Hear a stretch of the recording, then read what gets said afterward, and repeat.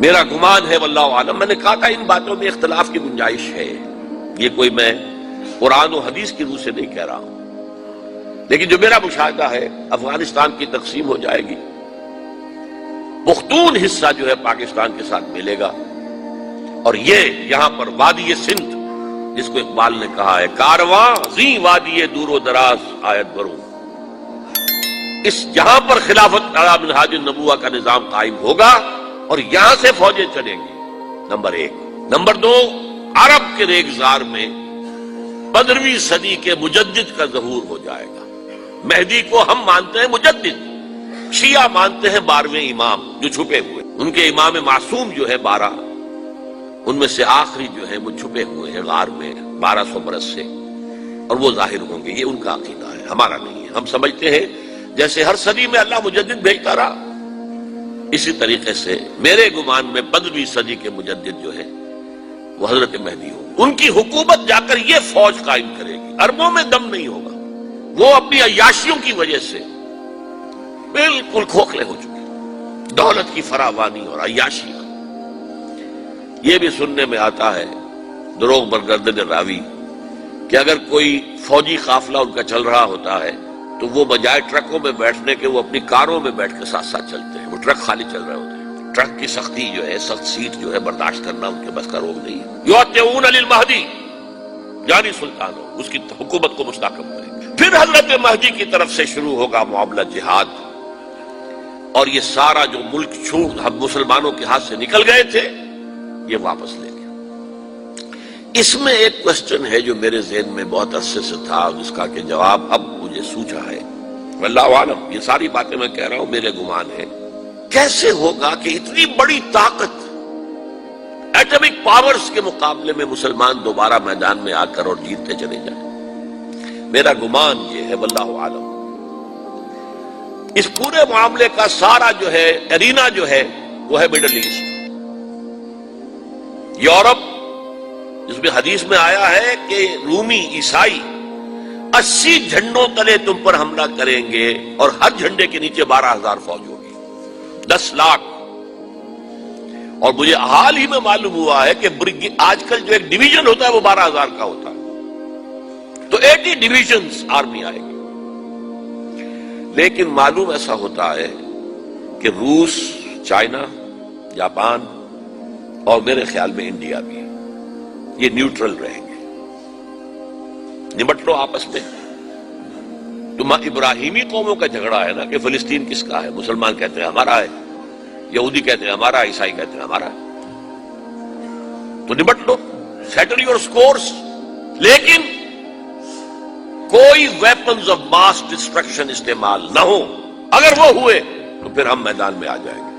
میرا گمان یہ ہے کہ ویپنز آف ماس ڈسٹرکشن استعمال نہیں کر سکیں گی مغربی طاقت، اور پھر جنگ کے اندر مسلمانوں کے ساتھ جیتنا ان کے لیے ممکن نہیں ہے۔ جن کو موت عزیز ہے، منحصر مرنے پہ ہو جس کی امید، نا امیدی اس کی دیکھا چاہیے، اور وہ مرنے کو تیار نہیں ہے۔ وہ تو 40,000 فٹ کی بلندی سے ڈیزی کٹر پھینک سکتے ہیں، نیچے نہیں آئیں گے۔ اور جب نیچے کچھ اتنے تھے تو جو حشر کیا تھا، تو جو بات کہی تھی رمزفیلڈ نے، ویری ٹینیشیس فائٹرز، یہ افغان والے جو ہیں یہ تو چمٹ جانے والے ہیں، یہ ایسے جنگجو ہیں، ان سے جان چھڑانی مشکل ہے، جن کے لیے موت سب سے بڑی کامیابی ہے۔ شہادت مطلوب و مقصود مومن نہ مال غنیمت میں کشور کشائی، مسلمانوں کا مقابلہ کر سکیں گے، یہ ہے میرا گمان، واللہ اعلم۔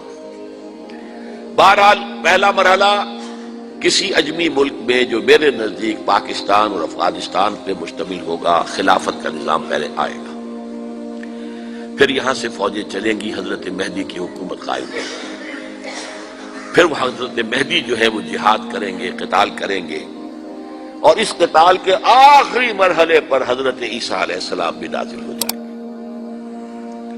اور غالباً ان کے ذریعے سے پھر جتنا الیکٹرانک ان کا حساب کتاب ہے وہ ختم ہو جائے گا۔ حضور نے فرمایا ان کی آنکھوں میں ایسی تاثیر ہوگی، جہاں تک نگاہ جائے گی یہودی پگھل جائیں گے،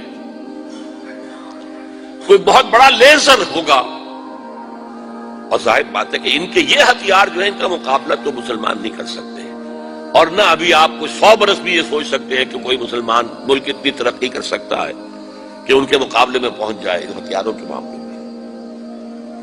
تو یہ اصل میں جو شخص سراپا معجزہ تھا، حضرت عیسیٰ جو ہیں سراپا معجزہ، پیدائش معجزہ، آسمان پر اٹھایا جانا معجزہ، خلق حیات، بنایا مٹی کا پرندہ پھونک ماری اڑنے لگا، احیاء موتا، مردہ کو کہا اٹھو قم باذن اللہ، اٹھ گیا چلنے لگا، مادرزاد اندھے کے آنکھ پر ہاتھ پھیری اور اس کو آنکھیں اللہ نے دے دی، کوڑی کے جسم پر ہاتھ پھیرا اور کوڑ صاف۔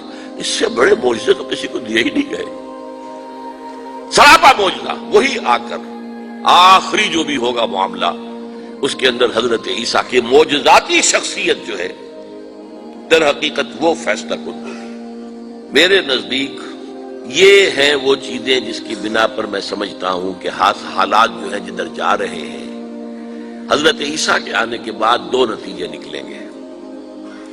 عیسائیوں کا مذہب ختم ہو جائے گا۔ حدیث میں آیا ہے کہ عیسیٰ آئیں گے، یکسر الصلیب و یقتل الخنزیر، صلیب کو توڑ دیں گے۔ کیا مطلب؟ کہاں تم صلیب اٹھائے پھر رہے ہو؟ میں صلیب دیا ہی نہیں گیا، یہ سب تمہارا ایک من گھڑت قصہ ہے، مجھے تو اللہ نے پہلے اٹھا لیا تھا۔ وما قتلوہ وما صلبوہ، صلیب ہی پر کھڑی ہوئی ہے عیسائیت ساری کی ساری، اور خنزیر کو قتل کر دی۔ خنزیر تم نے کیسے حلال کر لیا اپنے لیے؟ کبھی اسلامی شریعت کے اندر موسیٰ کی شریعت میں حرام تھا، وہی موسیٰ کی شریعت میں تمہیں دے کر گیا تھا۔ Don't think I have come to destroy law, یہ لا تم پر نافذ رہے گا۔ گویا کہ عیسائی مذہب ختم ہو کر اسلام میں منتخب ہو جائے گا، یہودی ایک ایک ختم کر دیا جائے گا۔ یہودی کیوں اس انجام کے مستحق ہیں؟ اللہ کا پرانا قاعدہ چلا آ رہا ہے، جس قوم کی طرف کسی رسول کو بھیجا، اگر قوم نے بحیثیت مجموعی رسول کا انکار کیا وہ ہلاک کر دی گئی۔ قوم نوح ہلاک ہوئی یا نہیں؟ قوم ہود، عاد ہلاک ہوئی یا نہیں؟ قوم سمود جن کی طرف حضرت صالح بھیجے گئے، قوم شعیب، عمورہ اور صدوم کی بستیاں، آل فرعون، یہودیوں کی طرف حضرت عیسیٰ کو رسول بنا کر بھیجا گیا تھا، انہوں نے رد کر دیا، محمد رسول اللہ کو رد کر دیا صلی اللہ علیہ وسلم۔ یہ اس سزا کے مستحق ہو چکے ہیں، لیکن وہ سزا ان کا رسول ہی ان کو آ کر دے گا، اسی لیے انہیں اٹھا لیا گیا، ایک پوز آ گیا ہے۔ مستحق تو ہو گئے تھے اسی وقت حضرت عیسیٰ کے زمانے میں کہ ہلاک کر دیے جائیں، لیکن حضرت عیسیٰ کے زمانے میں حضرت عیسیٰ کو اٹھا لیا اور ان کا معاملہ جو ہے وہ ملتوی کر دیا۔ جیسے کسی کو پھانسی کی سزا تو ہو جائے لیکن ابھی ایگزیکیوشن نہیں ہوئی ہے، ایگزیکیوشن جو ہے وہ ڈیفر ہو گئی۔ یہودی ختم، عیسائیت ختم، اور عیسائی سب مسلمانوں کے ساتھ شامل ہو کر ایک ملت واحدہ بن جائے گی۔